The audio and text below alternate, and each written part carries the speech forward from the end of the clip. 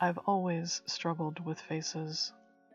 The medical term for what I have is prosopometamorphopsia. It's also called demon face syndrome. Basically, it's a rare disorder that causes me to see faces differently.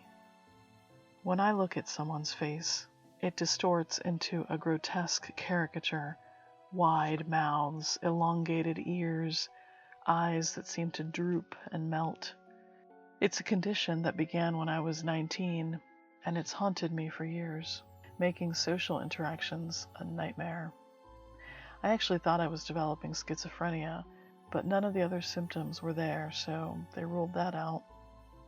I turned what I saw into words, and now I write horror fiction for a living, which thankfully allows me to work from home and not deal with strangers very often. But as I got busier, I needed to hire a personal assistant and wanted someone who could work remotely from me. I interviewed several candidates on Zoom and finally settled on a woman named Ilara. Her face was distorted in the way I expected, but seemed less horrifying than most. Maybe it was her calm voice or her remarkable inability to anticipate what I was going to say before I said it that won me over. Our Zoom calls became a daily routine.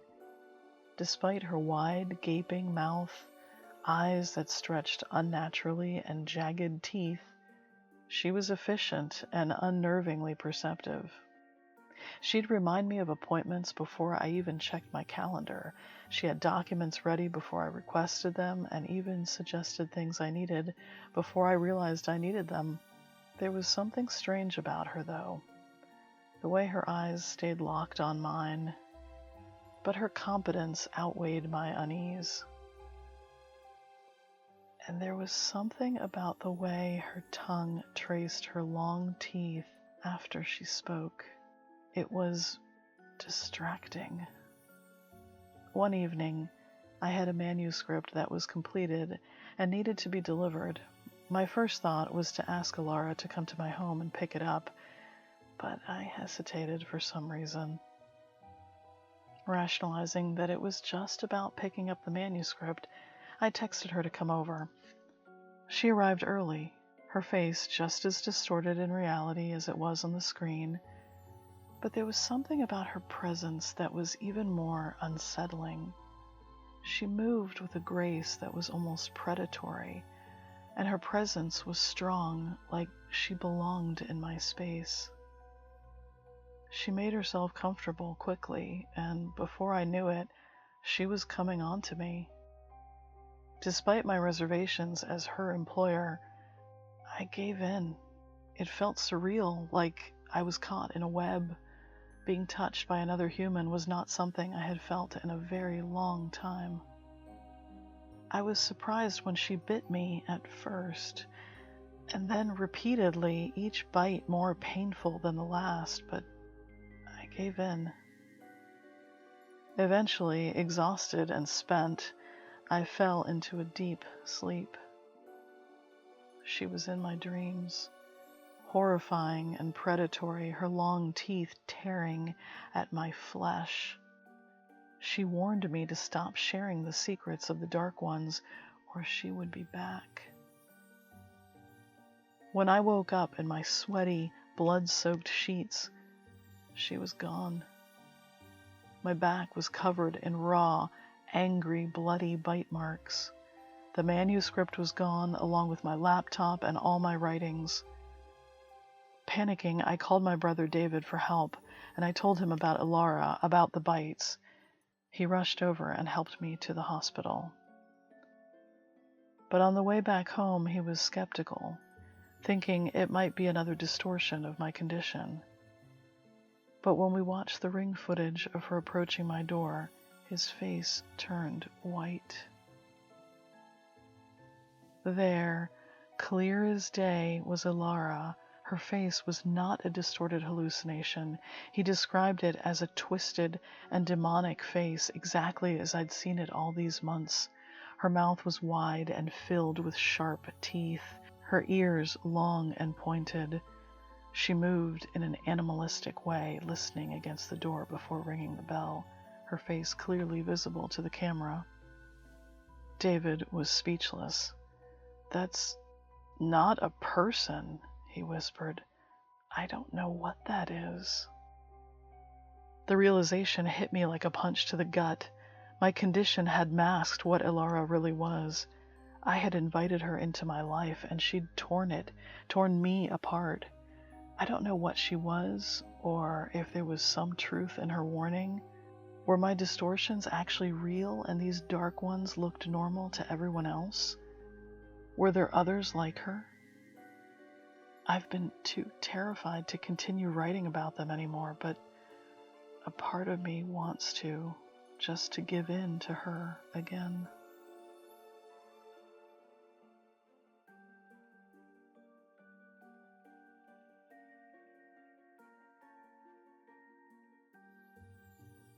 When I first saw the Obsidian pendant on eBay, it seemed like the perfect piece to complete my collection of unique jewelry. Its deep, glossy black surface seemed to absorb the light around it, giving it an aura of mystery that I just couldn't resist. The seller had mentioned it was an antique, hand-carved with the likeness of an Aztec deity, Tezcatlipoca, who used the obsidian mirror to see into the land of the dead. I didn't believe in all that stuff back then. It was just a cool story to help the seller make a fast sale. When the pendant arrived a few days later, I tore open the box and held it up to the light.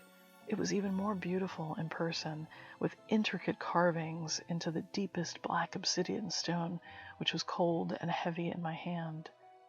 I placed it on the dresser in my bedroom and went to work. That night, as I was getting ready for bed, I noticed the pendant wasn't on the dresser where I'd left it. Instead, it was on my nightstand, which was strange because I always left jewelry on my dresser. I assumed I'd moved it and just forgotten. I placed it back on the dresser and went to sleep. The next morning, I woke up to find the pendant had moved again. This time, it was on the bathroom sink. A chill ran down my spine. I knew for sure I hadn't put it there, and my roommate had been working an overnight shift, so she hadn't even been home. I told myself there had to be a logical explanation. But over the next few days, things started happening that I couldn't explain. My plants, which had been thriving, started wilting and dying overnight.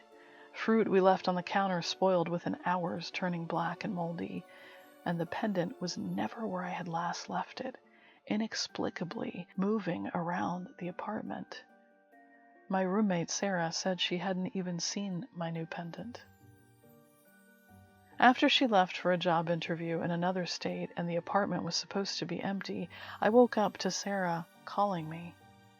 I followed her voice to her room, assuming maybe she'd missed her flight or something and was home early.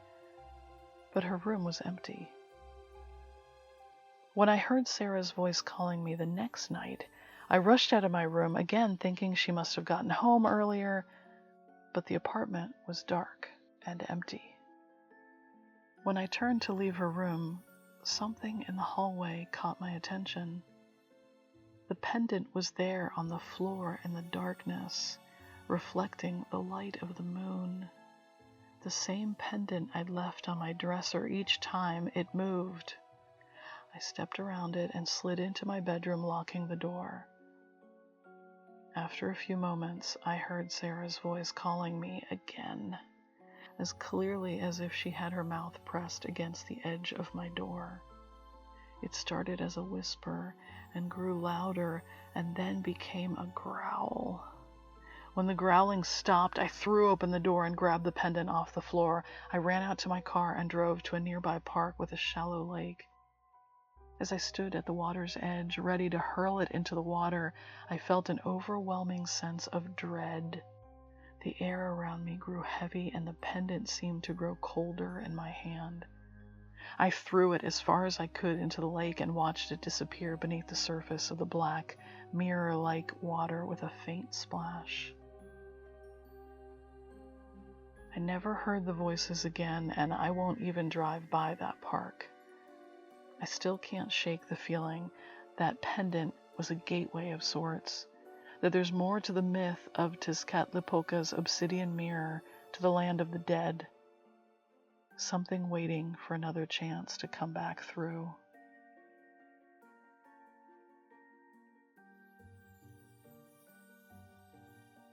If you like these stories, this is the place for you. I cover scary stories about ghosts, cryptids, paranormal events, and disturbing, creepy human encounters. My Etsy store is open if you'd like to support me there. The link's in the description. Thanks for watching, and see you next week.